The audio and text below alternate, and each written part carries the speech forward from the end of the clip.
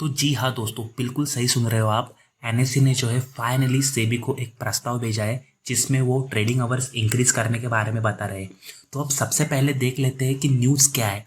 तो कुछ दिनों पहले जो है एनएससी ने एक सेबी को एक प्रस्ताव भेजा था जिसमें जो है वो फ्यूचर एंड ऑप्शंस की ट्रेडिंग आवर जो है वो बढ़ाने के बारे में सोच रहे हैं। जिससे उन्होंने जो है वो ऑफिशियल टाइमिंग उस प्रस्ताव में भेजा है कि वो कह रहे हैं कि उनको एक ट्रेडिंग का एक्स्ट्रा सेशन शाम को 6 से 9 बजे के करीब करीब रखना है।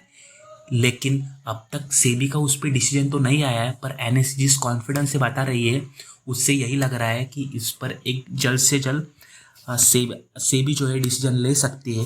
फर्दर उन्होंने ये भी कहा है कि जो टाइमिंग है वो पहले पहले 6 PM से 9 PM के बीच बीच रहेगा, पर बाद में वो 11:55 तक जा सकता है।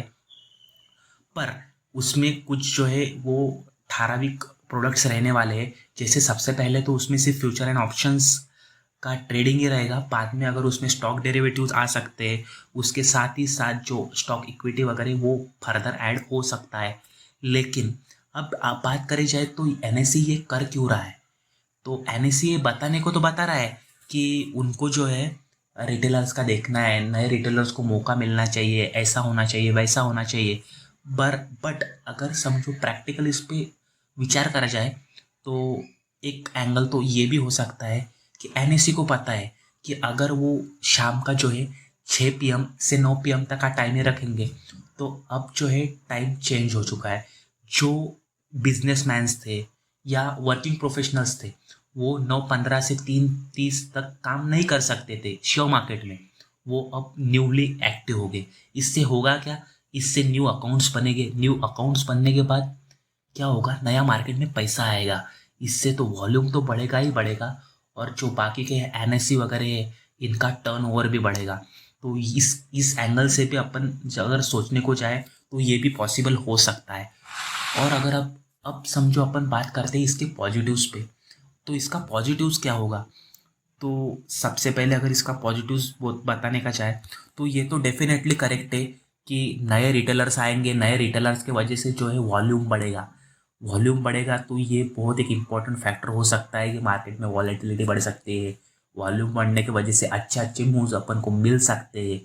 और साथ ही साथ अपन को जो है एक फ्रीली टाइम मिल सकता है 6 से 9 PM के आसपास, जो है वो स्टूडेंट्स, वर्किंग प्रोफेशनल्स और बिजनेसमैन के लिए बहुत अच्छा टाइम है। अब वो भी ट्रेडिंग में आ सकते हैं।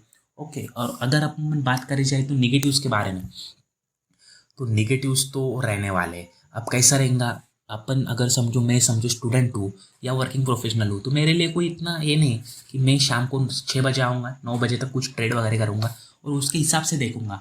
लेकिन जो एक प्रोफेशनल ट्रेडर है या पर्टिकुलर ट्रेडर ही है, वो 9:15 से पहले 3:30 तक बैठेगा, फिर 3:30 से जो है 2.5 घंटे का ब्रेक लेगा, फिर 6 बजे आएगा, फिर 6 से 9 बजे तक बैठेगा। मतलब उसका टोटल जो है डे तो पूरा उसमें इन्वॉल्व हो रहा है। पहले पहले क्या होता था कि ऐसा कहते थे ना कि ट्रेडर जो है एक फ्रीली पर्सन रहता है, उसको 6 से वो जो टाइमिंग है 9-10 से 5 बजे का ऑफिशियल वर्किंग का वो नहीं है, उसको वैसा टेंशन नहीं है। लेकिन इस वजह से उसका टोटल डे उसमें इन्वॉल्व होगा। तो इससे क्या हो सकता है, एक्स्ट्रा सीटिंग और एक्स्ट्रा स्क्रीन टाइमिंग की वजह से उसके हेल्थ इश्यूज बढ़ सकते थे, आई प्रॉब्लम्स उसको हो सकते हैं। ऐसा निगेटिव्स भी इसमें हो सकते हैं। ठीक है, तो बस दोस्तों आज के लिए सिर्फ इतना ही। अगर वीडियो पसंद आए तो लाइक करना, चैनल पे नए हो तो चैनल को सब्सक्राइब करना। और क्या आपको एनएससी की इस डिसीजन पे क्या लगता है ये भी आप हमें कमेंट में पूछ सकते हो, यस या नो कह के, कि एनएससी ने ये डिसीजन लेना चाहिए या नहीं लेना चाहिए। आप यस या नो कह के ये भी हमें कमेंट में पूछ सकते हो। Thank you. जय श्री राम।